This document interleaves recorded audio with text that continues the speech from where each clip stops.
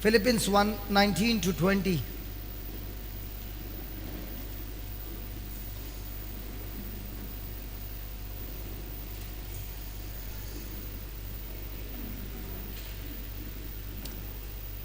For I know that this will turn out for my deliverance through your prayer and the supply of the Spirit of Jesus Christ, according to my earnest expectation and next one, according to my earnest expectation and my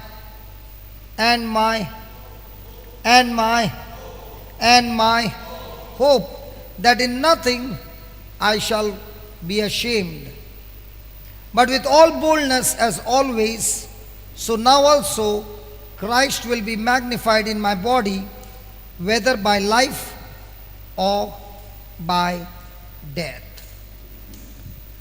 So St. Paul, in the midst of his journey where he is going to be executed and put to death, he is saying, I have an expectation and my hope is that Christ is magnified in my body. Normally when a person is punished, or he goes into the prison, or he is going to be executed and put to death, the person will have extreme fear, extreme frustration, extreme negative emotions. But here, St. Paul is extremely excited of that is waiting for him on the other side, because if he is put to death in his body, he is longing to be with the Master face to face forever. In other words, his hope is not a hope that he can see and experience on earth.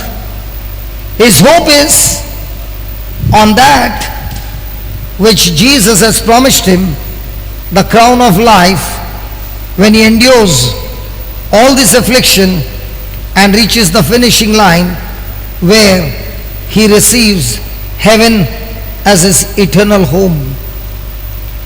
When a person is going through trials, and no matter how much the trials are, and if he has hope, that hope can give him extreme strength, build up his faith, and go through the journey and come out victorious. And that's why the devil always puts pressure on our mind, that we begin to look at our situation and come to a conclusion, hopeless. Means no hope at all. And that's why when there is no hope, there comes tiredness, energy is drained out, the person wants to quit, the person says, I am tired, I can't go on any longer. But here is Paul who is showing that his pressure was far more greater than we have ever even thought of.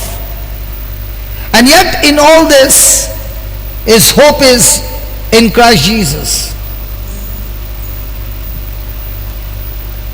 When we have hope, faith and hope, they go together. What you are hoping for is spiritual. What you are believing for, what Jesus has promised you, becomes your faith. And when faith and hope get together, there comes manifestation. Hallelujah. Paul knew one thing, that he would be delivered by the Spirit of Jesus Christ.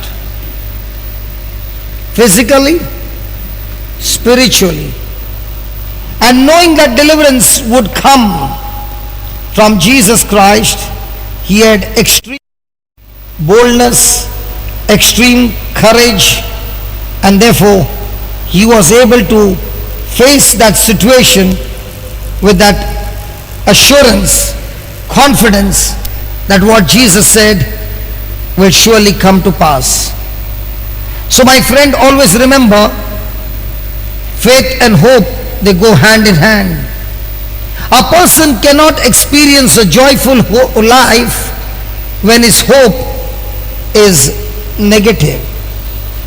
Even though he faces a negative situation, but if his hope is based on the Word of God, then even in the worst of the worst situation, that hope which comes from God can make him still joyful and keep him with joy.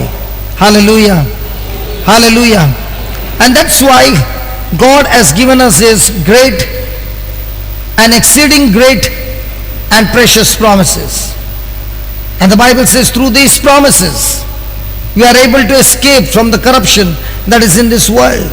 And once I understand that these promises are given to me, so that I am not only going to be the partaker of God's divine nature, along with that change and confirmation of Christ in me, He will also teach me to escape from the corruption that is in this world.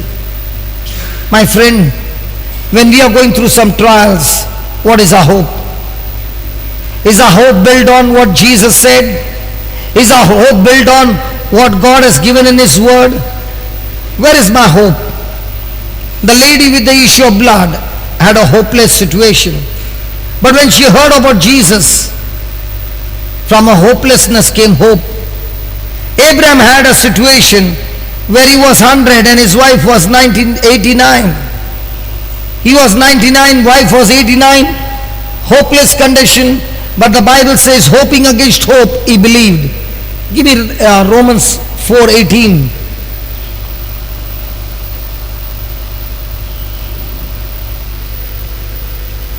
Who hoping against hope believed in hope. Means what? When he looks at his body is saying, Abraham, you have crossed your age to bear any son. When he looks at his wife, when she was young, she could not bring forth children. Now she has passed her age, she is only 89 and there is no chance. So in the physical, there is absolutely no chance. The physical evidence says no hope. When a person goes through no hope, the person can never fight. The person surrenders. He quits. He says it will never happen. And that's why the Bible says God is a God of hope. The God of hope gave hope to Abraham. And he said his words and said, Abraham, if you can talk to the stars and count them, so shall your descendants be. Abraham believed and he began to count the stars. And my friend, no person can count stars in one night. He will not complete. When morning comes, the stars are gone. And the next night he starts counting them again. And every night is counting them again. He is doing what God told him to do, because God said, if you do that, then what I've given you hope will surely come to pass if you are willing to believe. Abraham must have believed his desire to have a child, a son of his own, was so strong that when God gave him that promise, he was not ready to quit in any way. Come on, 99, 89, any chance? What would happen if today a couple of 89 and 99 would go to a clinic and tell the doctor, we are planning to have a family? What do you think the doctor will say? All these years, where were you? You have come now when one leg is in the grave and one leg on the land. Come on. But look at Abraham. Hoping against hope, he believed in hope that he might become the father of many nations according to that which was spoken. So his hope was according to which was spoken. Spoken by whom? By God. So when you and I are making a hope is on whom? Which God has spoken or which somebody has spoken? When God has spoken and you have made that hope, even in the worst situation, Abraham had joy in every situation of his life because he was stuck to what God had promised him. And how did he get that? How did he get that hope to believe what God said? He began to sit and recollect. I was 75 when I did not even know God, and God called me and said, I want you to come from out of your family and come to the land that I'm going to show you, and I'm going to bless you. Which person at the age of 75 will leave his father's house with all the riches and step out in faith and step out to go in a journey which he doesn't even know the destination? God never said, I'm taking you to this place. He said, the land that I will show you. And Abraham started his journey by faith, no evidence. And as he began to walk, he was walking in the right direction.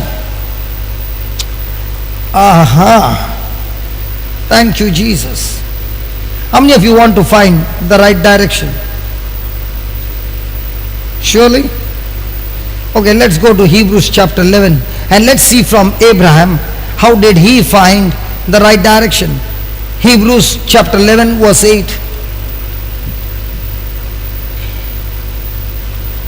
I'm telling you, my friend, it's such an awesome moment to come here and stand and preach, because when I'm standing there, I know nothing. Believe me, I know nothing. I know only the first line. This is what I'm going to stand and preach. But when I come here and I stand, there's an anointing that is speaking to me and to you how to find hope in a hopeless situation. I said, when you have the hope right, then you have the joy of the Lord that will make you courageous, bold, and give you the victory. I can give you, oh my God, he is giving me examples after example. What about the Jericho wall? Imagine such a great wall. Then there's a gap, and then there is another wall, and such a great army. How can they go and take over the city? But when God said something to Moses, Moses came and told the people, hey, we are not supposed to talk. Nobody talks for the next 7 days. Why did God give the first instruction, nobody talks to anybody? For 7 days, no talking at all. Do you know why? Because fear is contagious. Just as faith is contagious, fear is contagious. If somebody opens his mouth and says, can you look at that wall? Can you look at that? Can you look at that? That little what is their faith, by somebody's words, that hope will turn into hopelessness. And that's why the first instruction, nobody talks to anybody. And then God says, nobody speaks, just take around the city. Now what must be happening to the people in Jericho? They are watching these Israelites just walking there. Nobody's talking. They must be getting confused. What are they up to, man? They're not even constructing anything. They're just walking. Then on the 7th day, he says, take 7 rounds, no talking. But when the round is over, with all your strength, give loud shout of praise. What happened? Can wall come down with screaming? When you follow the instruction of God, every wall that is talking to you, every mountain that is talking to you and saying hopeless, that very thing that is talking to you, hopeless, will come tumbling down.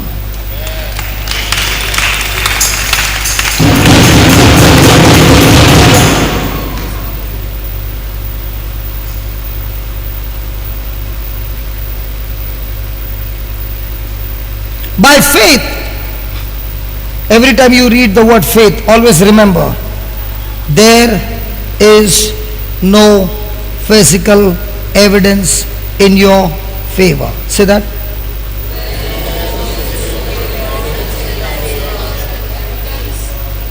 No physical evidence. There is only spiritual evidence in your favor. And where do you get that spiritual evidence? In the written word of God.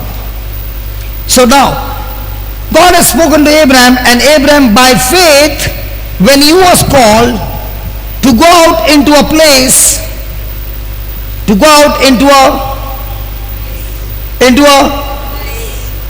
come on, speak man, to go out into a, say it loudly, loudly, loudly, to go out into a place which he should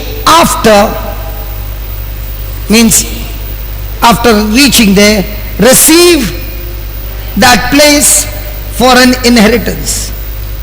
So God said to Abraham, I want you to come out of your family and come with me on a journey to a place where I'm going to give you inheritance of that land.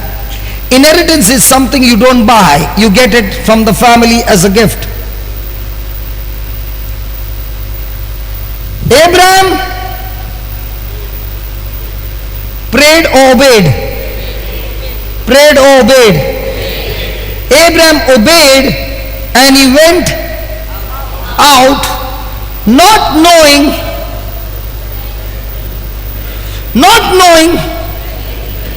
can you believe a person has taken a journey and he doesn't even know where he's going?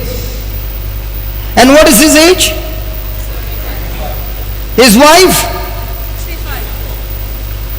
65. And all the riches back home. And he's on his journey. If Sarah has to ask him, where are you going? I don't know. Darling, where are we going? I don't know. What do you mean I don't know? I don't know. Has anybody led you somewhere and where you asked him, where are we going? I don't know.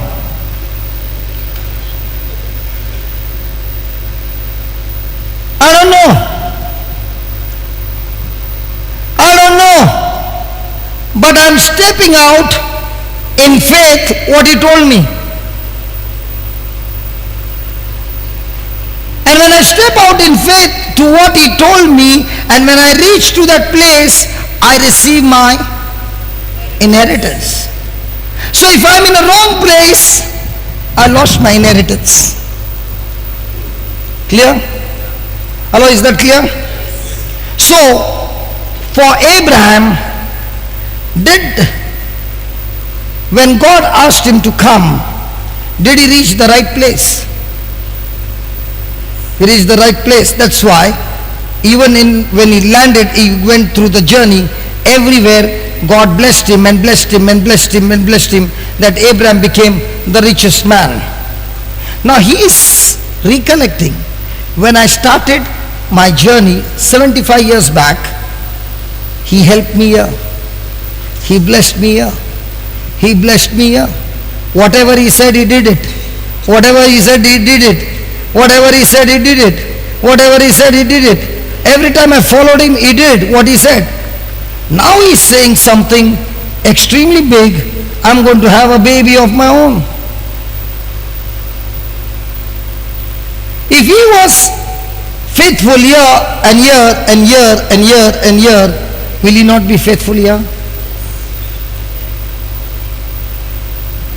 The same God who spoke to Abraham is talking to you and me, the God of hope, that he has kept for you and me also inheritance, only if we find what?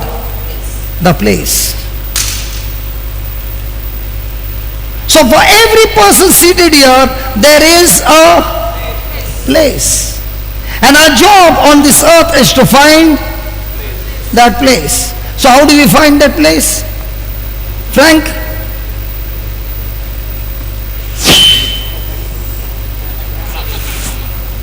You get the place like that? Frank, why did you do that? Oh, like this. Oh, that they show in the movie. When you do like this, you find the place. Let's go to Luke chapter 4 and verse number 16. Who do you think is the champion of the champion in the Bible? Jesus. So who will show us to find the place? Jesus. So let's go.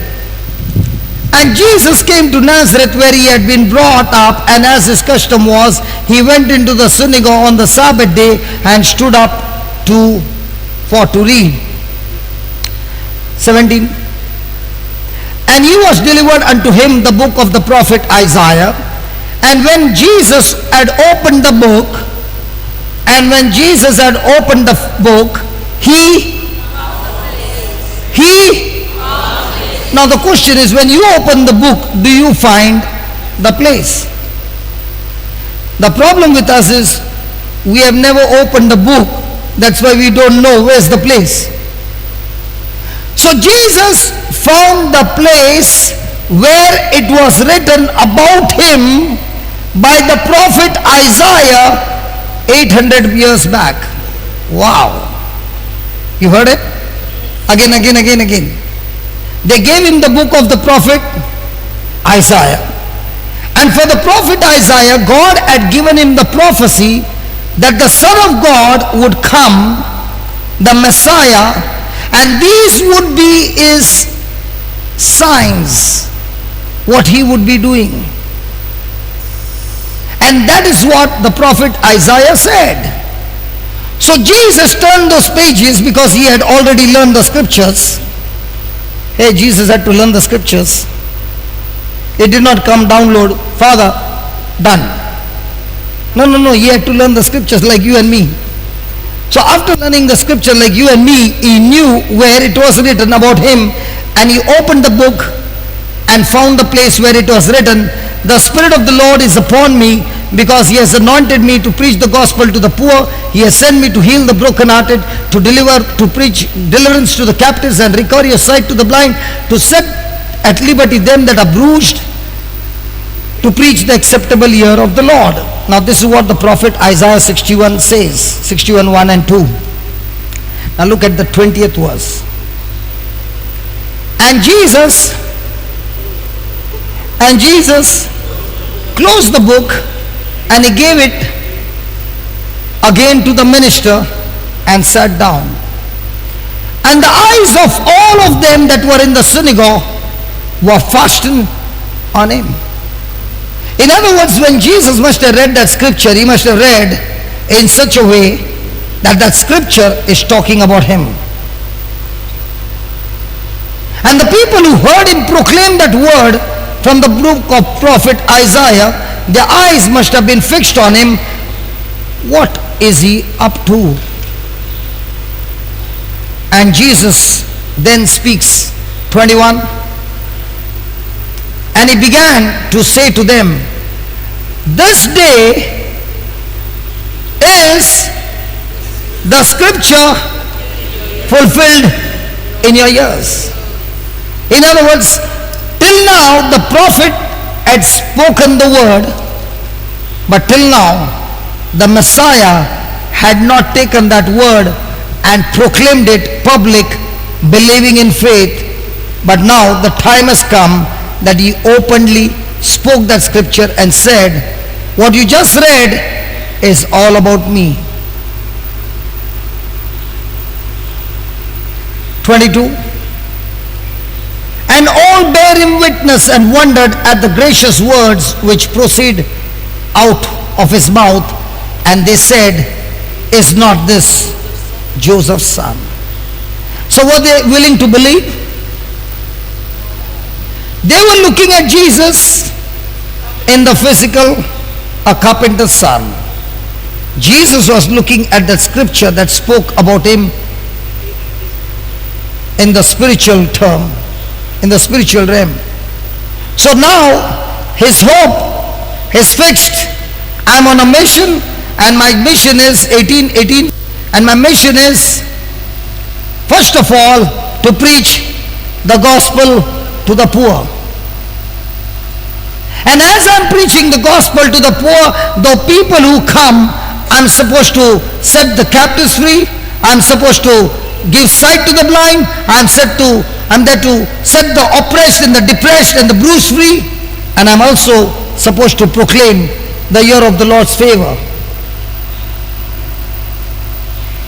And that's when Jesus began his public ministry of casting out demons and healing the sick. He started his ministry of preaching the word of God. Hallelujah. So if Jesus found the place in the prophet Isaiah, has God also written about you and me in the book called the Bible? Hey, I'm asking you. So are we also digging into the Bible and putting our finger there? For example, I just gave you yesterday, 2 days back, Mark 16 verse 15 and 16. All those who believe in me, just put that Mark 16, 15 or 16. Mark 16, 16. 16, 16. 17. 17.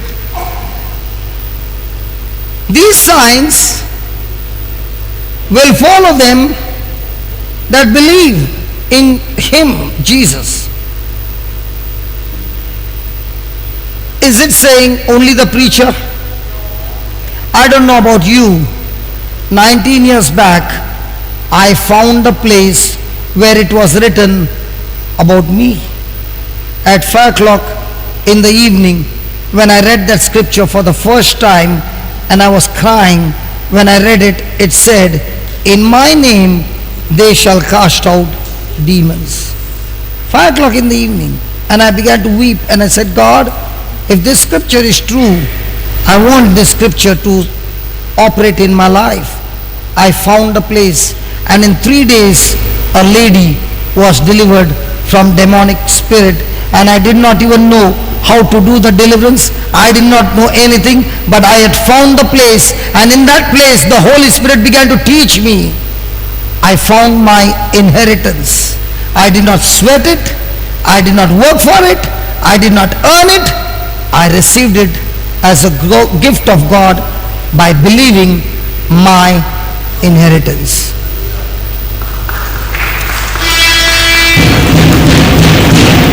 So my friend, are you also searching in the book the place where it is written about you? And when you're finding that place where it is written about you, are you making a new hope, a new vision, a new dream? And when you make that hope, that's when that hope gives you the boldness, that's when that hope gives you the power to endure, that's when the hope gives you the strength that you need. Because now this hope is not by some human being, this hope is from the Creator himself for you. What a conjuice man, today no lunch, conjuice in clapping also.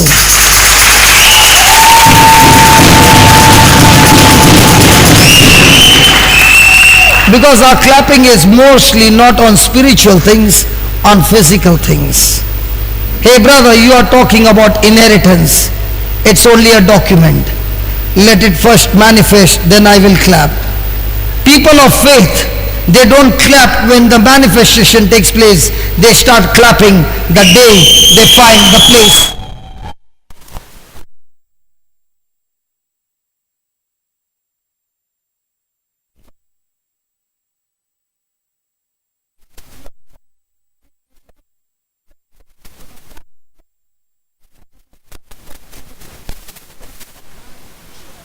Anymore.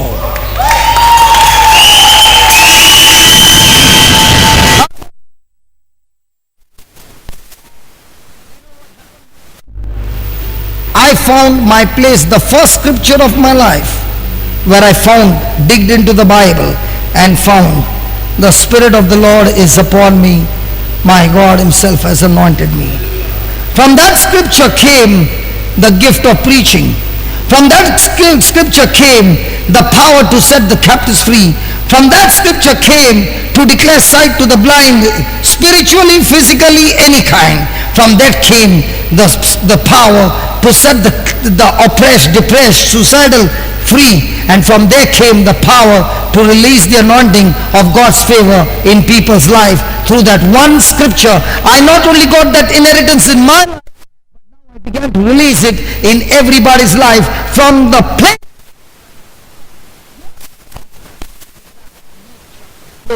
Was 18 and 19.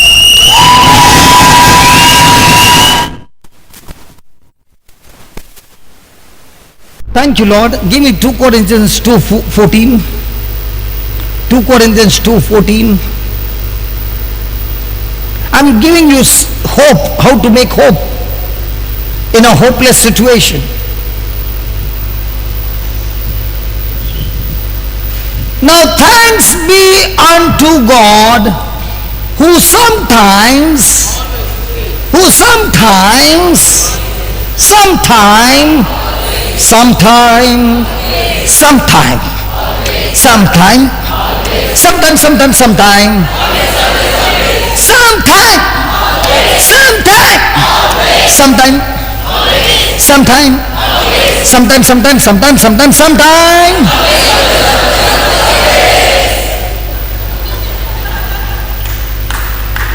That's how I learn the scriptures. He never said sometime. He said always.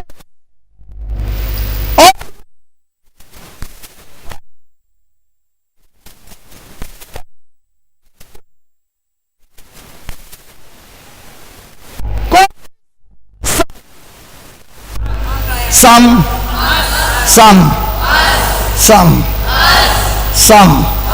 Sister from UK, you had questions in the afternoon. Some of us. Are you included in that, Baba? Come on, yes or no? Yes. Causes us to. So what you were talking was hopeless. And God is saying, if you can put your trust in me and start making your hope in me, then He's saying, all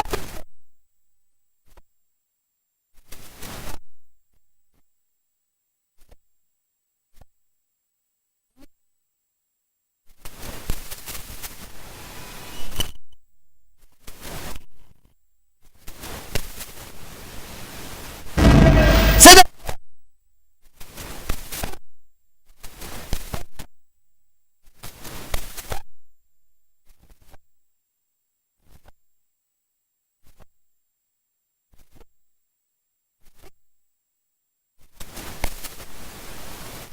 So when God is saying always, what's the devil saying? Look at your condition, man. Look at you. Now when you look at what the devil is saying, are you hopeless or hopeful? So when the devil is saying, look at you, you say, I'm not looking at myself, I know myself, but I'm looking at the one who punched you and defeated you on the cross. His name is Jesus. I'm looking at him.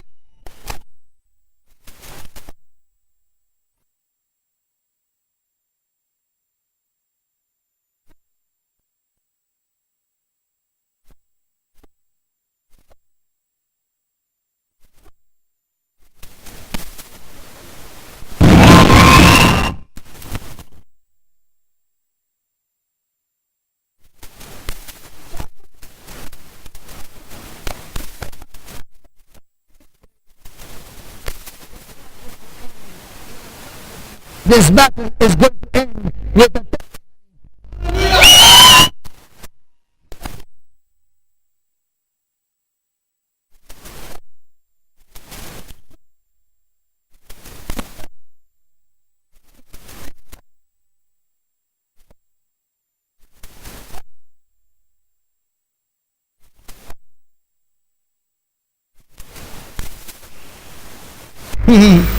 Didn't the devil tell you in the last 2 months, slowly you're going blind? And the husband said, you mad lady, why are you going there for 10 days? Gone crazy. Crazy girl, sitting there and listening to that lecture. That man is crazy. He's talking crazy. Words are crazy. People are yelling are crazy. All are crazy. But the crazy people, when they start screaming, the power comes on them and makes everything crazy for the devil. That spirit of blindness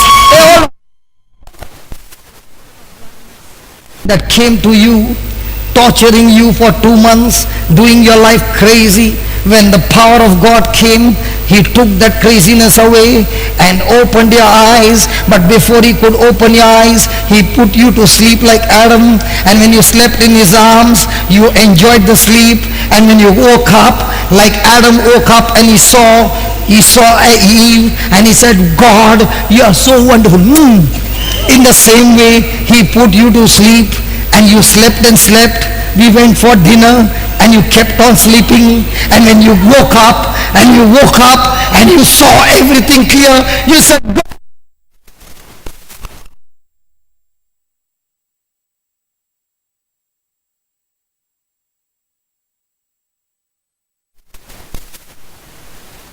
We might look crazy, man, but when crazy people have made a crazy hope from that word of God, everybody who calls crazy now has.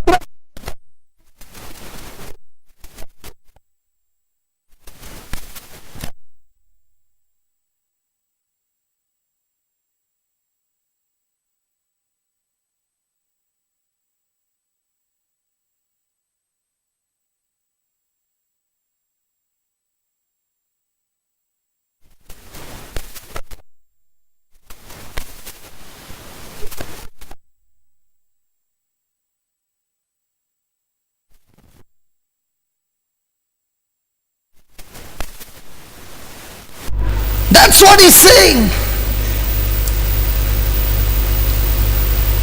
Physical evidence, she told me.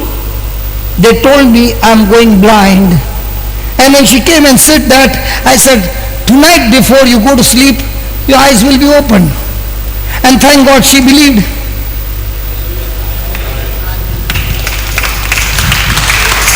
Hallelujah. When the doctor does his operation, he takes you into a room, and then the red light goes on. Can you see that light?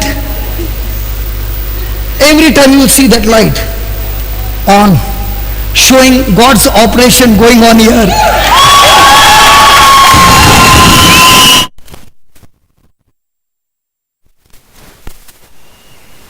So and your family member on the other side. What happened, doctor?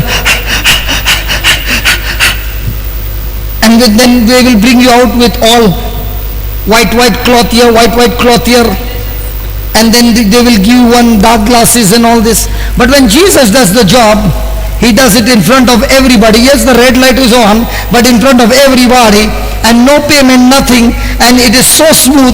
When you get up, hey, I can see everything.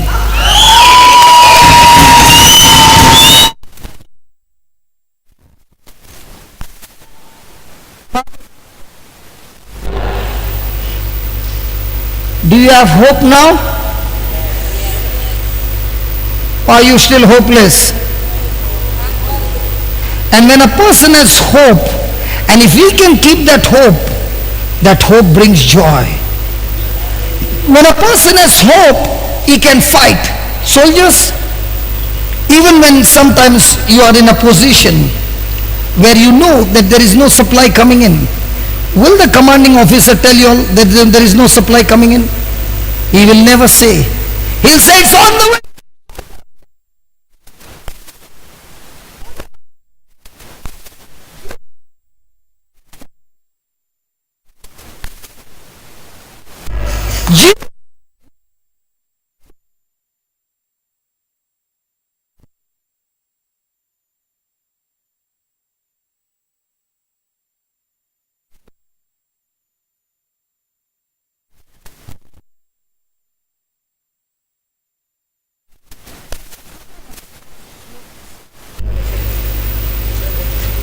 Those are the words that give them the power. They might have nothing, no backup. The commanding officer will never say no backup. He's saying everything is fine, soldiers come on, get ready. And he'll boost them with words. Give them hope.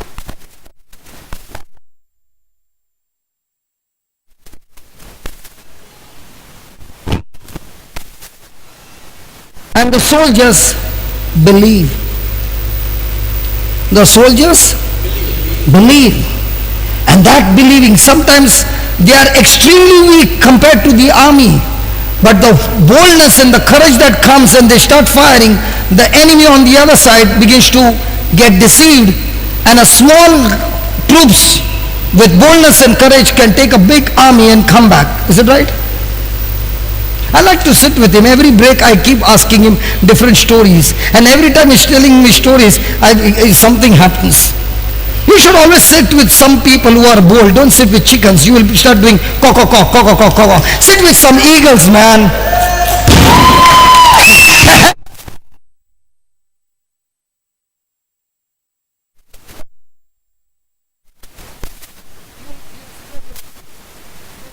Man, he was going in the forest and he saw a small bird, baby bird, fallen down.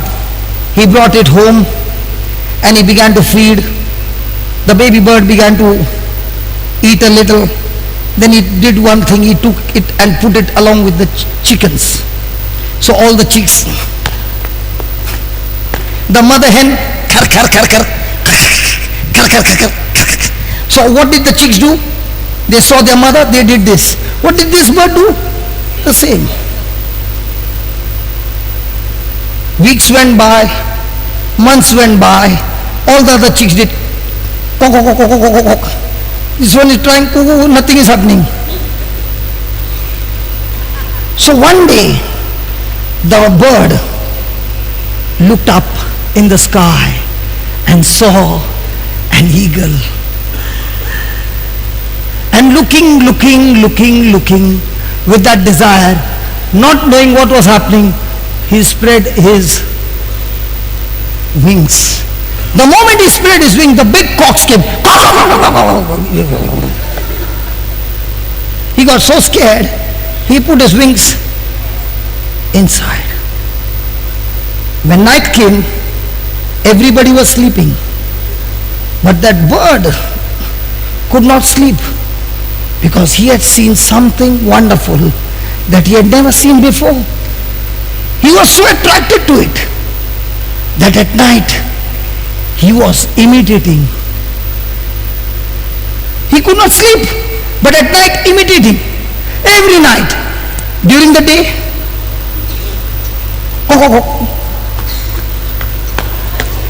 during the day, night time, imitating. Every time, daytime, he would be looking up, no longer looking down, looking up, and all the cock would come.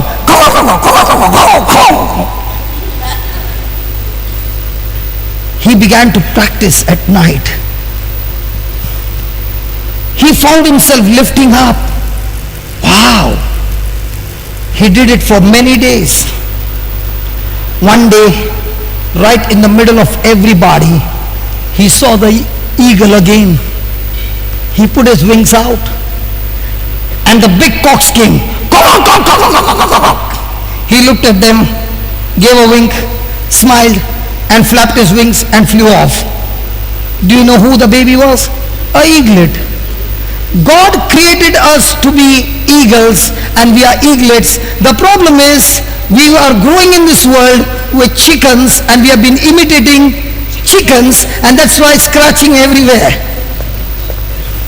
But the day you start looking into the Bible, you see the champion of champion, the eagle. His name is Jesus. And then you start looking at him and you start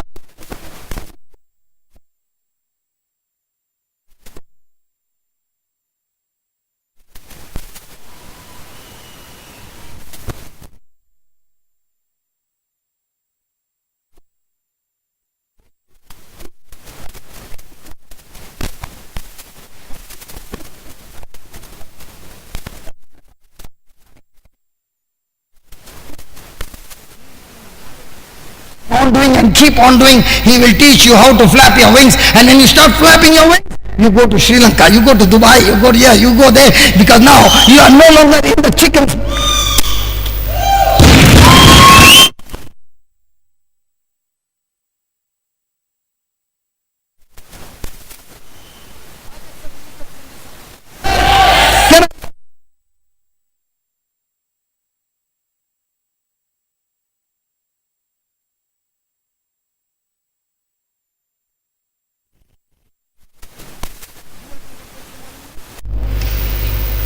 18 years, talking like a chicken, scratching like a chicken. Then one day you saw an eagle preach in the channel and you were fascinated. You said, my God, he can fly, I can fly too. Hope came. Hope came. And then you began to hear everything that was said and you began to flap your wings alone. When somebody came, hey! Did you continue to look at the channel? Now what have you become? An eagle. Out of depression, out of the pills, out of the sleeping pills, out of all pills. Now searching for other eaglets who are among the chickens, calling up and saying, I'm going through this. Now this eagle is saying to that eaglet, I've been there. Let me teach you how to come out, because I was also one like you. But praise God, when I got the word gave me the hope. And when the hope came, the faith came through the word of God, I began to practice day and night, and he taught me how to fly. Hallelujah.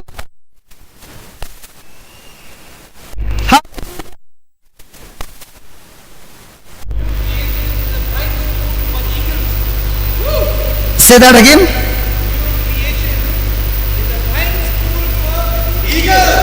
Oh, the new name for new creation, Flying School for Eagles only.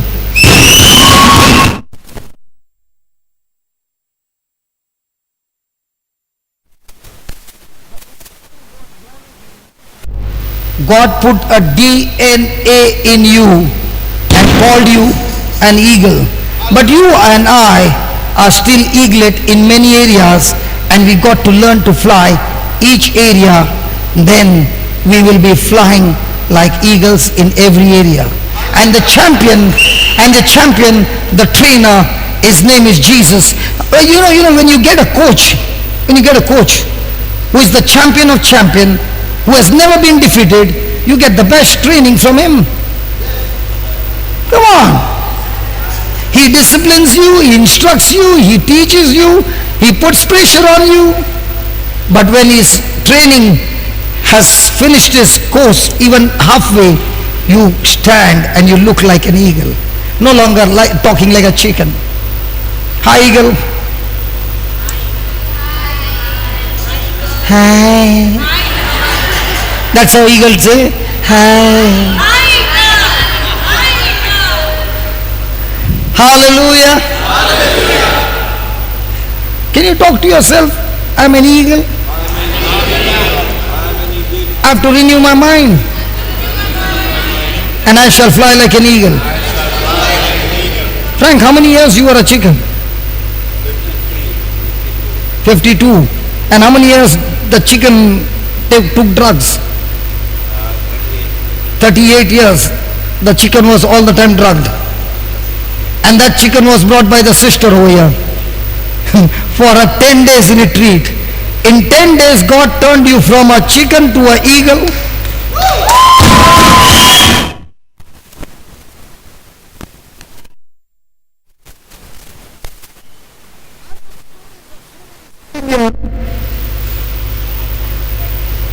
Once upon a time, defeated, broken, shattered, totally failed, hopeless.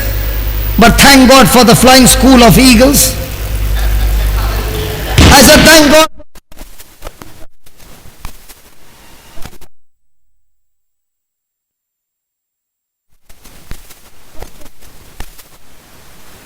Every 3 months, 4 months, praise God.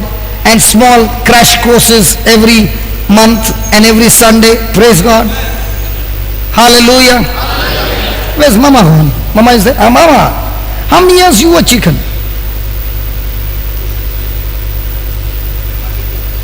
50. Then you came and you began to study the word of God. Now you are an eagle in your wado. Everybody is being touched and you are training other chickens to become eagles.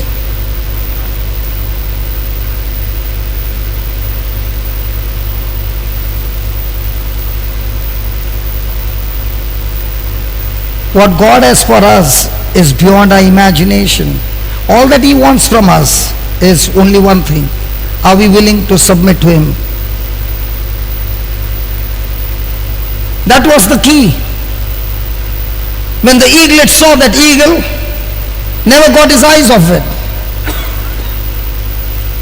Even at night he would see that eagle. How many times it has happened that you read a scripture, particular scripture, and even at night you are thinking and thinking on that scripture. You are turning into an eagle. But you read it in the morning and after 1 hour somebody asked you and you don't even remember. It's still a chicken. Now you'll talk like a chicken. So what is very much needed? That scripture has to be chewed and chewed and chewed. That even in your night, in your sleep, when somebody wakes you up, out of your mouth should come that word. Hallelujah. Thank you, Jesus. Why did we come here? What was we studying? On hope? Finding the place. Finding the place. Now, is this place saying that God always causes us to triumph in Christ Jesus and makes manifest the savor? Savor is fragrance. Fragrance of His knowledge by us in every place. You know, in today's world they put and you smell good. Once there was an angel, okay, and he was standing by the road and nobody knew that he was an angel. He was standing there. And a person went with all suit, boot and all that and smelling so good. And when he passed the angel did it. There was a poor man. Must have not had bath because he had no resources. But walking there and the angel was means what? The rich man was from outside smelling good with the world's fragrance, but heart was full of corruption. The angel could only smell inside, not outside. The poor man was thinking outside, but his heart was good. The angel could smell what? Inside or outside. So God smells you inside or outside. People smell you how? That's the lapra. And when they smell you, they say, which brand, man? What, this brand? Buy this brand. You put all the brands together. You might smell from outside good, but if it's not smelling good from inside, when you open your mouth, they all run away. But from inside, if you have the knowledge of the gospel, and a person who is broken, a person who is shattered, a person who has given up, a person who wants to commit suicide, if that person comes in contact and now what you're speaking are words of edification, are words of glory, are words of the gospel, the words of encouragement, praise God. That word brings fragrance in every place you go. So we don't buy a fragrance bottle. We are the fragrance in Christ Jesus, that wherever we go, we spill out of our mouth the knowledge of God, and the fragrance fills the whole place.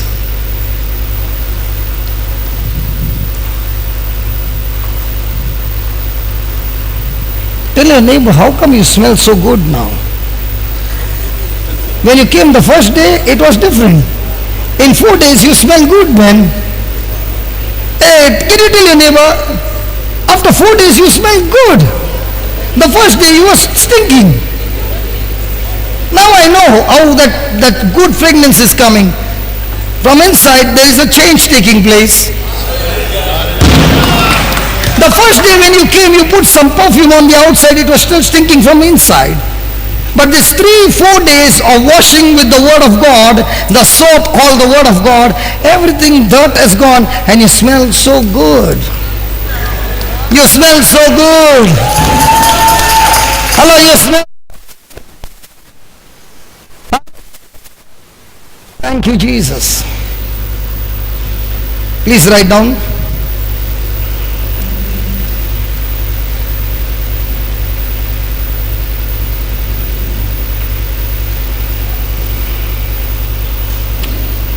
and faith go hand in hand.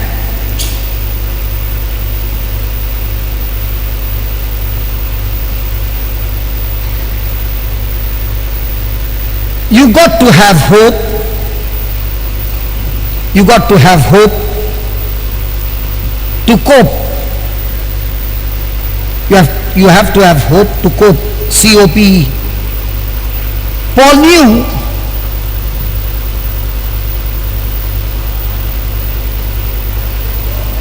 you have to have hope to cope. Cope means to go through. Cope up. C-O-P-E, cope. Not cope. Because I'm in Goa, they are all thinking, the people from Sri Lanka, I said cope means C-O-P-E. Cop means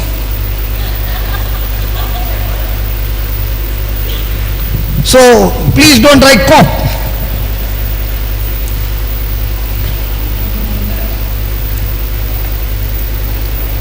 Frank, they say cop only, no? What do you say? Cop. But the spelling comes same, C-O-P, cop.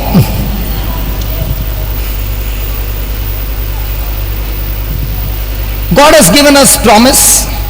God has given us His promise. Huh? Oh, I'm telling my own thing. What did I say? Paul knew that he would be delivered. Paul knew that he would be delivered.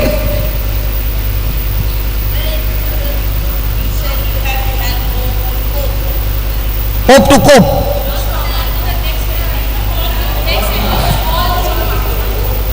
I think really the cope has taken over. Everybody is confused. Everyone, you're confusing me. Yeah, tell me what to do. The cope has taken over. Yeah. Then how was Paul able to cope up in his hope? Paul knew that he would be delivered of that situation. Paul knew that he would be delivered,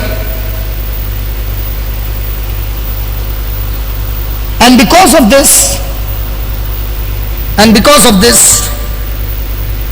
he had hope. He had hope. He could step out with boldness. He could step out with boldness.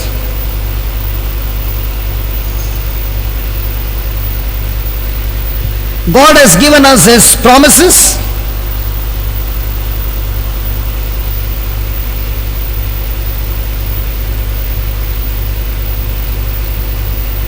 He has promised us a bright future. He has promised us a bright future.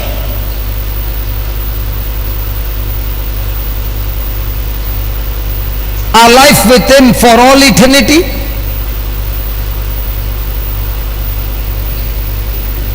Our life with Him for all eternity. We should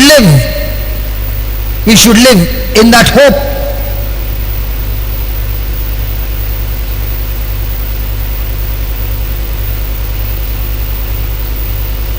When a man has hope,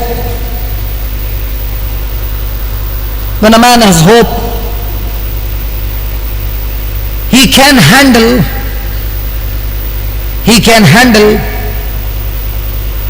tremendous stress. He can handle tremendous stress and pressure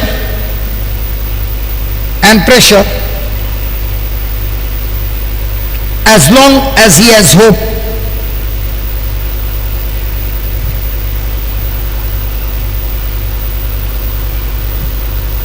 The moment the hope is gone,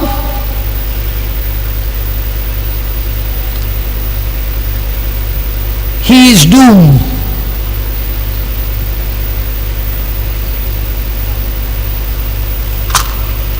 The question is,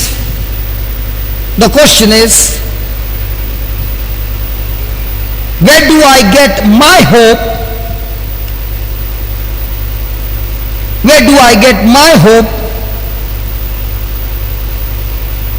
to keep going on?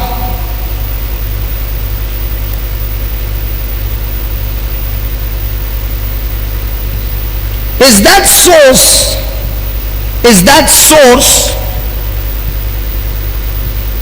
reliable?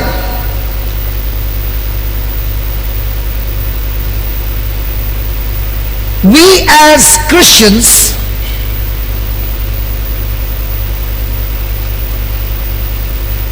our source is the Word.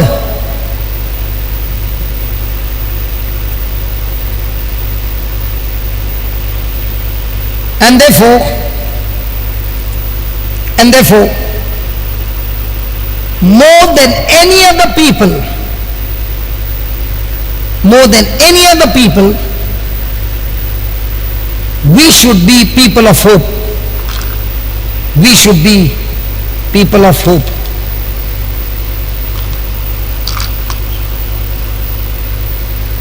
Praise the Lord. Hallelujah. Somebody said, you said yesterday, positive thinking. Now, in that positive thinking, do you have God backing you up? But for Paul, did he have positive thinking, or did he have the word from Jesus that backed him up? So when I make a hope, it's not positive thinking, it is a reliable source, the word of God, where God my Creator has given me an assurance with the document that He is faithful to His word. And when I have that kind of a hope, I can have joy even in any kind of situation in my life, because my hope is in Christ Jesus. And we just now read that God always causes us into triumph victory.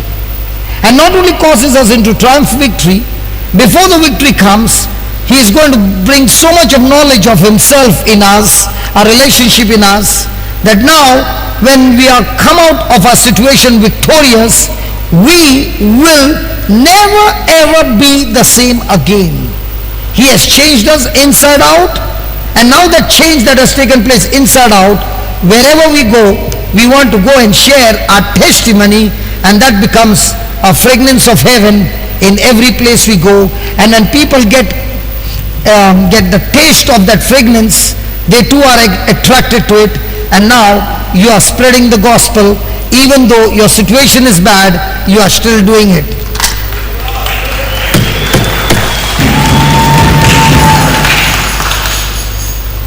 Gracie, can you please come here?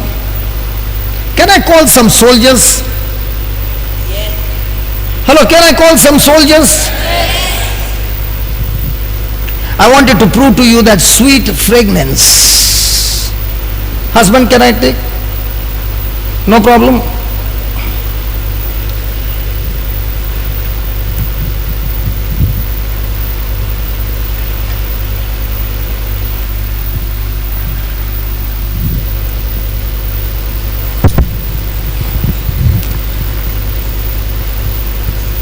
What man is calling suddenly? When you call suddenly, that's the time it comes out the best. Praise God. My first trip to Goa, and this is the sister who opened the house for us to come to a house, the first trip to Goa. So I never knew her. We reached there somewhere in the afternoon, and I reached a house and I was very thirsty. So I went inside and she was in the kitchen. And I said to her, can I get little water to drink? And she said, surely. And she brought a big cup of tea or coffee, was it? Tea. She brought a big cup of tea. Then I realized in Goa, they call tea water. I never knew that. And having given me a cup of tea, can you see her? Even in sleep, she is like that only. Looking at that smile, I spoke to her and I said, "Sister, I don't know who you are, but when I walked in, there's a girl in purple color dress sitting in your house. I don't know who that girl is, but there are a lot of people. But there's a small girl in purple color dress. And when I walked in, the Lord said, I'm going to heal her stomach. I don't know what is it, or what problem she has got. Do you know that girl in purple?" And off her eye came the tear. That's my baby, and she's suffering from kidney failure.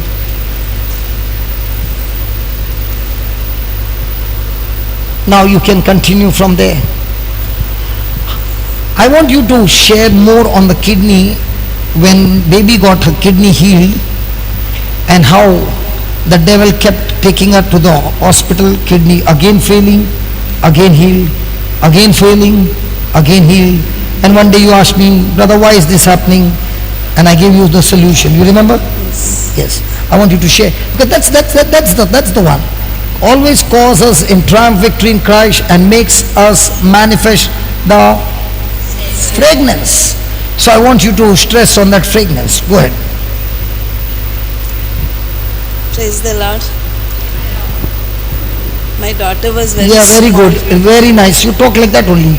My- Hello. My daughter was very small. At the age of 3.5, she was not well. All the time she used to fall sick, and her full body was swelling, eyes and legs and stomach, and every day. And after two days, I used to take her to hospital.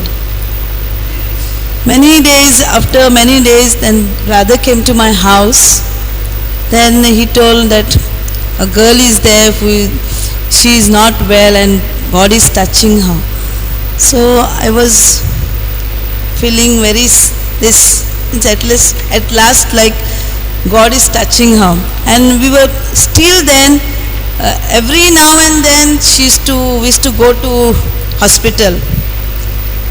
Most of the time I spend my days in the hospital, 2 to 1 month, and again come home, again I used to go. Then brother taught me, he gave some scriptures, by the wounds of Jesus, your daughter is healed. And I used to say all the time, and I used to teach for her also. Every day we used to say. And every month my brother used to come. Every month they used to come and preach word. And in the hospital, again and again, she used to get well, again she used to get relapse. Like that now, at least 10, 12, 15 years became. Same story. Then after that she was grown up, and last again she got relapse, and she was taken to Bombay. And that day also brother sent one brother, and he was asking me what happened. I told. Then again every now and then we used to say scriptures, by the wounds of Jesus Christ she is healed, my daughter is healed, and all my family, all of them came to Lord. And every day we used to pray, say mercy rosary, and now she is completely fine by God's grace. I did not want you to share that testimony. I wanted you to share when she was going to the hospital again and again. She asked me, "Why is it coming and going, coming and going, coming and going?" I said, "It is so simple. The next time you are landing up in the hospital, tell the devil, 'Thank you for bringing me here. I'm going to make a mess of you. Now I'm going to sit there with all the other mothers whose children are inside and have a good prayer meeting there and teach everybody how to beat the devil with the word of God.' Okay? I'm going to tell my daughter who is inside, go and collect all the children and teach them inside." So the preaching outside, the daughter going and teaching all the children inside. when you start hammering the devil, when he attacks you single, he will keep on attacking. But now when he comes to know, when you are brought to the hospital, you are damaging more of his clients, what will he do? After that, things change completely. Might be she doesn't remember the testimonies. I remember everything to the point. You know why? Because those are the solutions not given by me. The Holy Spirit. Devil, you want me to come to the hospital with my daughter? No. Thank you very much, I'm coming. But I want to tell you one thing. This time when I'm coming, I'm going to have night vision, day vision, every moment vision. Some mother is going to get the truth and fight the battle and get her baby out. If devil, you mess with my baby, I'm going to mess with you. And don't make a mother angry. When a mother gets angry and she knows the word, she can snatch a child out of the jaws of the devil.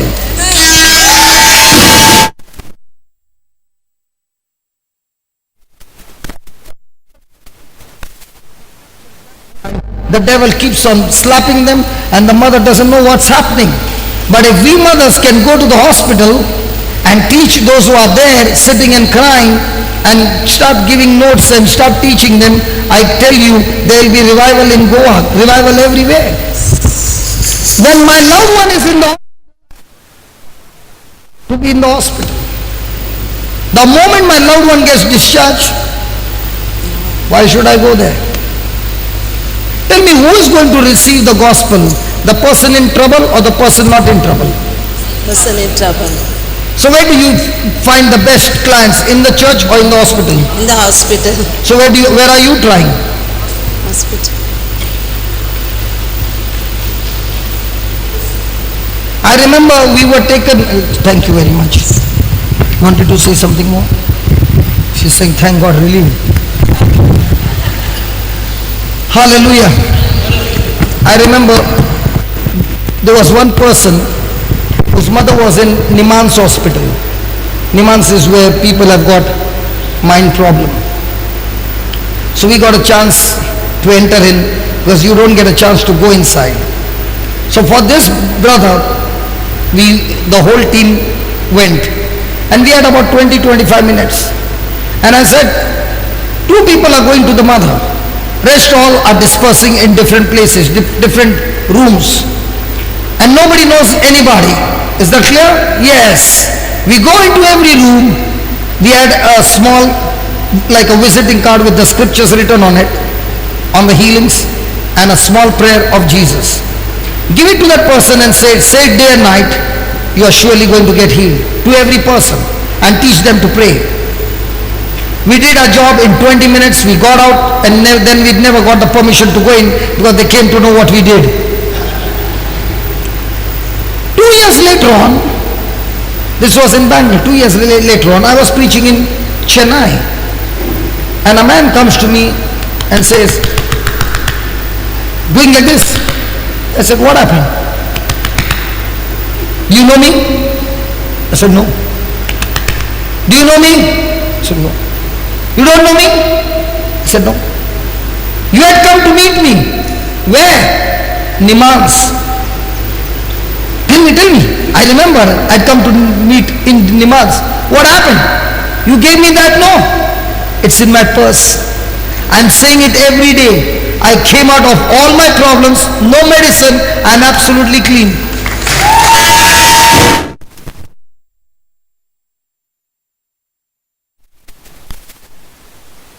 How did this happen? I healed? Never. The Word of God. The Word of God is the Word that became flesh. His name is Jesus Christ. What was I giving him? Jesus. What was he talking? Jesus. So when he began to get more and more knowledge of the Word, what happened? A sweet fragrance began to come into his life, and what was stinking was gone. And he did it to everybody over there.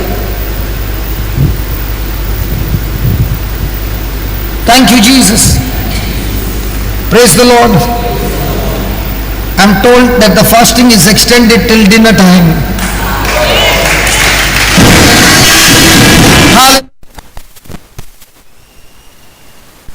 So nice, new creation home, they are extending. I hope they don't extend the 10 days. Okay, next one. How many did we finish? 4. How to find joy in every situation of our life. 4. Fifth one. Find God's purpose for your life. Find God's purpose for your life.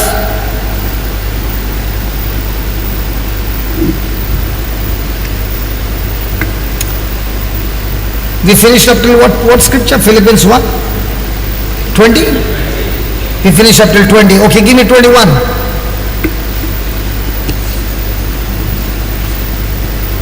Philippians 1:21.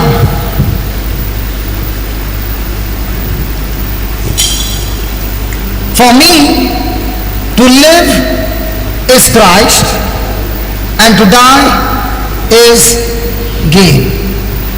To me, to live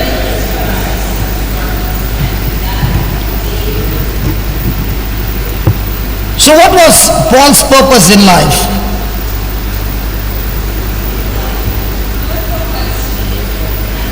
What was Paul's purpose in life?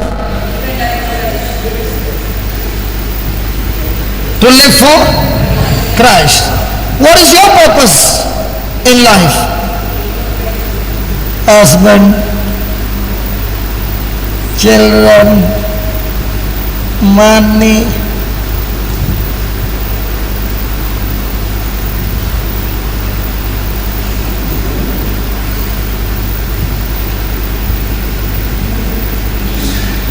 Hello?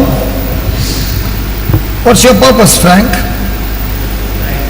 Really? But all this time it was live for drugs. The purpose has changed. Hallelujah.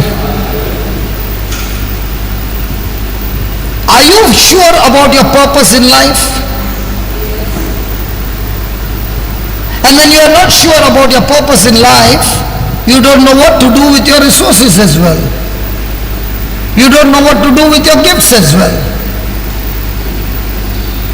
If your purpose in life is to make yourself famous, you are all the time struggling and you're messed up with your gifts.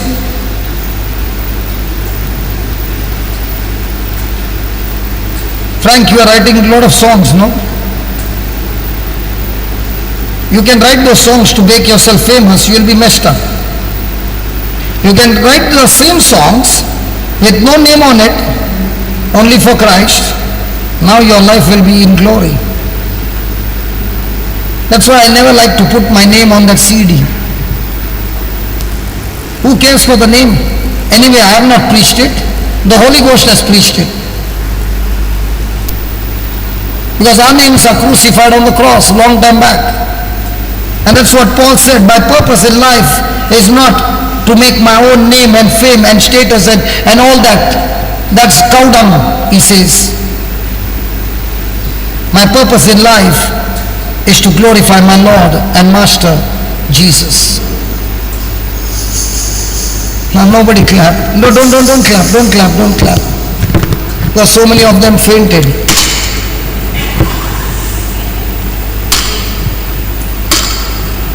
I never like to put my name, never.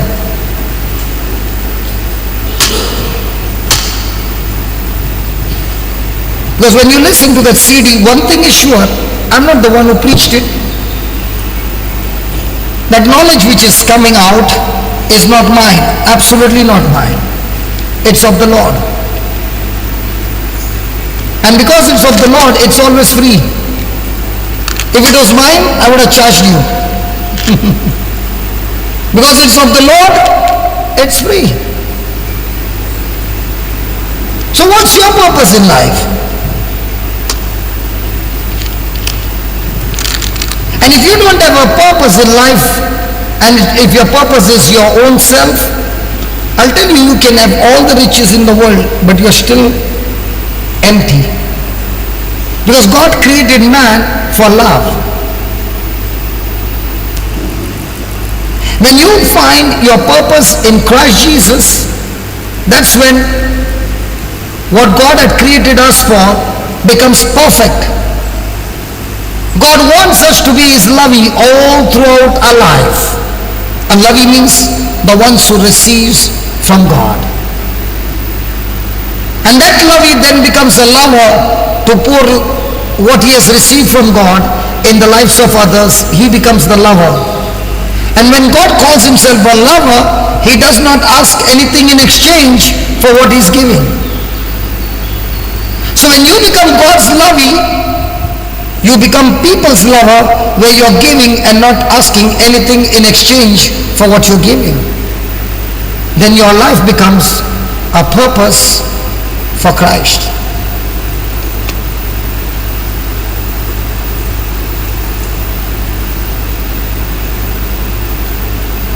And that's what Paul is saying. He's an old man, he's tired but full of zeal. He's in the prison for the last 4 years. And he's saying, and he's looking back all those years that he has worked in the vineyard and still going strong, no retirement, praise God till the last breath. He's saying, I'm even ready to go to heaven now. If he calls me right now, I'm ready, because I believe I've run my race, fulfilled God's purpose in my life, working day and night. He's saying, my friends are free. I'm not free. I'm in chain. I'm in bonds. I'm covered with affliction. But even in all this around me, the issue of my purpose is fixed. I still shall live for Christ and die for Christ. Hallelujah. Hallelujah. Please write down this. Paul is sure of his purpose in life. Paul is sure of his purpose in life.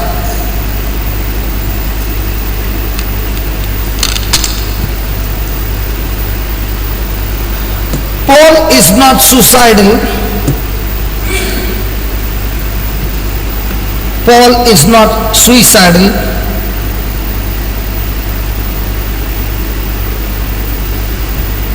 But is ready to be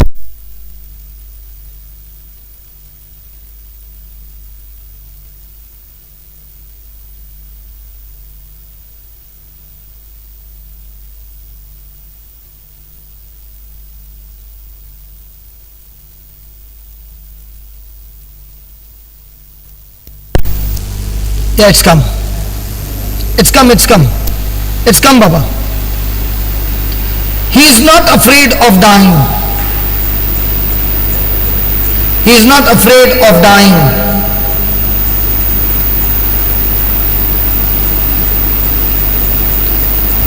He is not afraid of that walk through the valley of the shadow of death. He is not afraid of dying. He is not afraid to walk through the valley of death.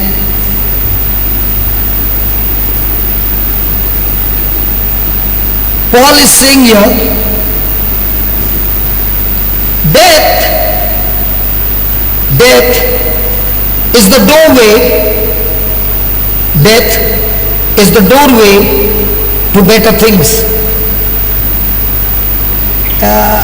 Nathan, when the power went off, did the projector go off? Sure? Are you sure? It was like this, but it was on. The screen did not go off, right? Huh? It was doing this way now, no problem. If the screen goes off, then we got to do something. Okay. Death is the doorway to better things. And that's why he said, to die is gain.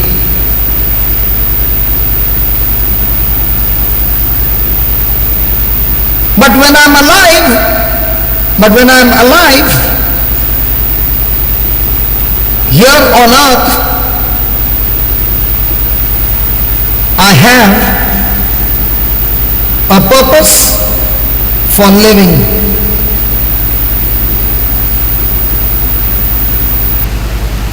I have purpose for living. Praise God. Now let me share with you how death is a doorway for better things. There was once a mother who was pregnant, and she had twins in a womb, and they were about 9th month pregnancy going on, and both these children were growing. Let's name them A and B. So A said to B, "Isn't this a wonderful swimming pool? Isn't this a wonderful swimming pool? We are swimming underwater all the time and it's so comfortable." B said, "We are in this place on a temporary. Very soon we will be going out of the swimming pool." So A said, "What makes you think that we will go out?" So B said, "Because I got legs. I got legs. That's why I will one day walk on these legs." A started laughing and said, "How much can you walk? We are in this small place covered with water and we know only to swim." B said, "Not only that, one day I'm going to eat with my mouth." A said, "Shut up. All these 9 months did we eat anything? We get all our food from this tube."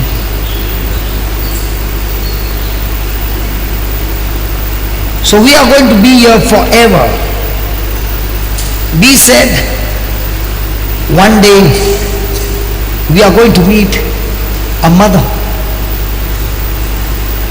A said, "A mother? What's a mother? Where's the mother?" B said, "We are inside the mother."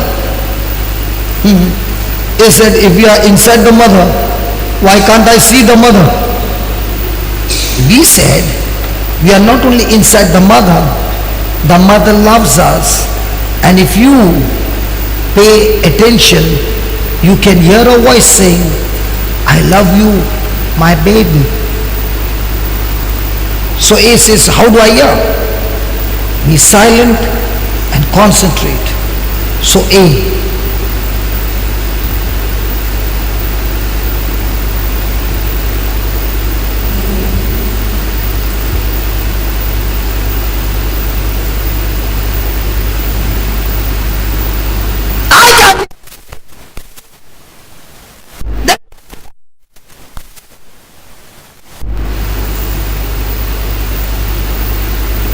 B said, "You are angry. That's why you can't hear. I can hear mother speaking to me all the time saying, 'I love you.'" Now, a quick question to everybody. Did we also live in a swimming pool for 9 months? Did we breathe through our nose those 9 months? Were we underwater all the time? Now, when we came out, are we doing the same thing? Because there is a world in the womb where we were in the water for 9 months. We neither breathed from our nose, everything came from the tube. The food came from the tube, the love came, everything came. Did we walk, use our legs to swim? No, we used nothing. But when we came out, did the doctor give us one? Why does the doctor give us one? What is this called? Sacrum? Sacrum. If you want to know whether you are breathing or not, there is a place here. When a person is breathing from the nose, it starts moving. So the child has never used the nose to breathe. And that's why the doctor gives a slap on that organ, sacrum, that it starts moving. And that's the time the child learns to breathe. The doctor doesn't give one, acha, both sataya mere ko. No, he gives it so that the child learns to breathe. The child learns to talk. The child learns to walk. But all those things did he do inside that world? So we all went through that 9 months experience, but when we came out, we did not practice any of those things. Now when you were inside that 9 months, did you know that there is a world out there? No. In the same way God is saying, Jesus is saying, I have come from the world on earth and I have told you. Because you have not been there, that's why you are not believing. But I am the one who came, I am the one who went back. So what Jesus is talking about, when you die, it's a pathway, a transit to the better world called heaven, where there are better things than what you have ever experienced. So death is the doorway to pass from earth to heaven. And Paul is saying, I'm all excited to take that flight anytime God puts me on that flight.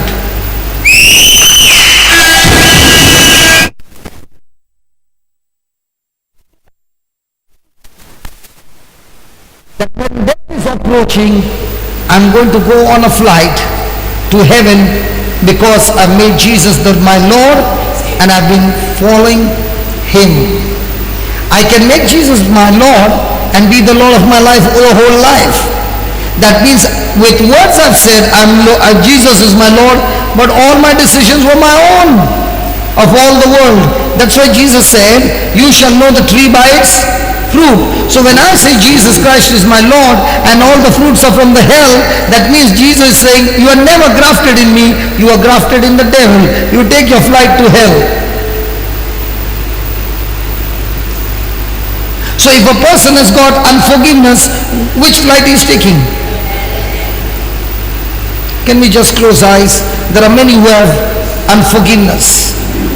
Listen, my friend, the Spirit of God is talking to you and saying, when you have unforgiveness and you cannot forgive, Heavenly Father cannot forgive you of your sin. Sin is the factor, is the power from the kingdom of darkness which qualifies you to go to hell.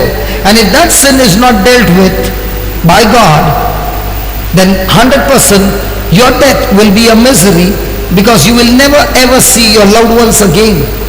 You will be tortured in hell forever. God has made a provision, He is giving you free, and all that He's asking you, take my love and pour that love into that person who has hurt you in any way. Forgive that person unconditionally and ask the Lord to bless that person and lead that person also to Jesus. The Spirit of God is giving you a fresh anointing. If you are still finding it difficult to forgive, then take authority in the name of Jesus and talk to that spirit of unforgiveness that's hindering you from forgiving, and tell that spirit, I'm talking to you, you spirit of unforgiveness. In the name of Jesus, I bind you, I cast you out of my life, out of my family, and I thank you, Lord. The anointing of forgiveness has come upon me, and with this anointing, Lord, not with my ability, weak as I am, and by your grace, you have made me strong to forgive unconditionally, right from my heart, by faith in the name of Jesus. And Father, in the name of Jesus, I make this decision to forgive everyone, and as I've forgiven, I ask you, Father, to forgive me as well from every area of my sin. Lord, I acknowledge I've sinned against you in my thoughts, words, and deeds. But now, Lord, I ask you, sanctify me and make me walk in your ways. Let your anointing lead me. Let your spirit lead me and bear witness with my spirit that I am a child of God. Lord, have your way in my life and teach me to be submissive and all the time obedient to your word. Thank you and praise you for this. In the glorious name of Jesus. In the glorious name of Jesus. In the glorious name of Jesus. Alvin, can we before leaving pray for 5 minutes in tongues, that all that we have heard gets soaked inside and the Spirit of God intercedes on our behalf before we leave this place? Can we do that? Can we all stand, please? You know,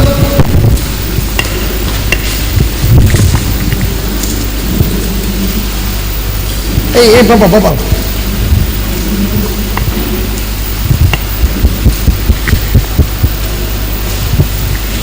Can you close your eyes, please?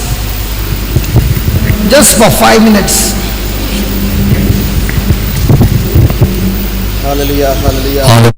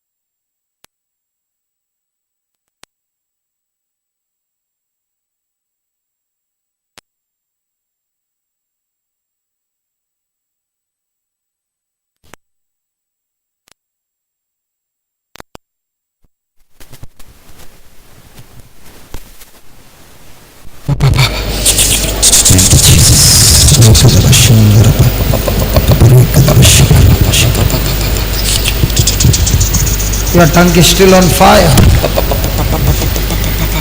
I said your tongue is still on fire.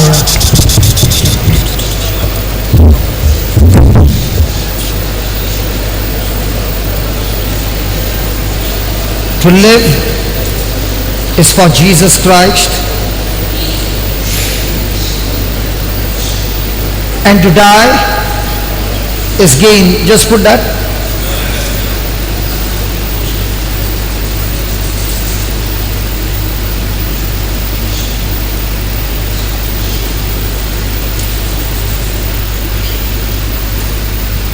For to me, to live is Christ, and to die is gain. Look at that verse and ask the Holy Spirit to intercede for you, that this will be your purpose in life as well. Paul's purpose in life was in just one line. To live is for Christ, and to die is gain. No more my own agenda. When I'm living, it's Christ Jesus. Even when I die, it's Christ Jesus. I'm going to a better place, for better things. I'm no longer going to be out of focus.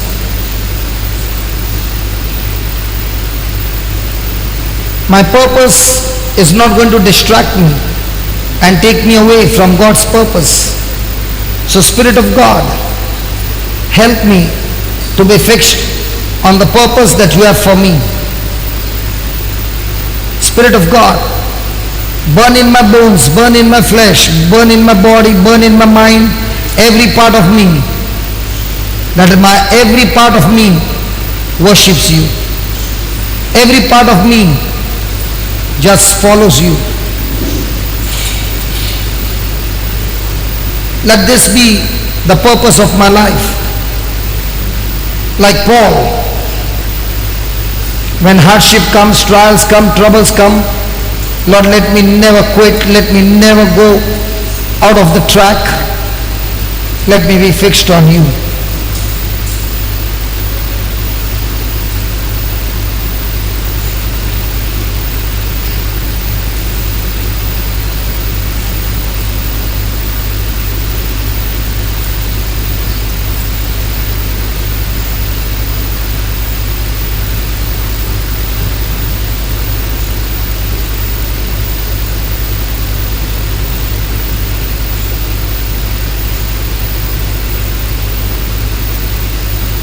Let your fire burn.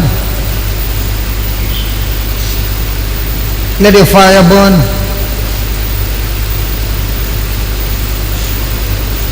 Fire of God, burn in me now.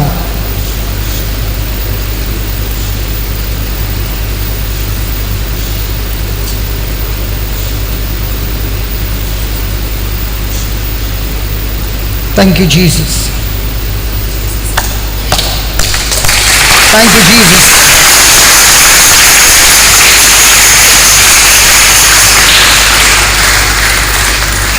So soldiers, we live for Christ.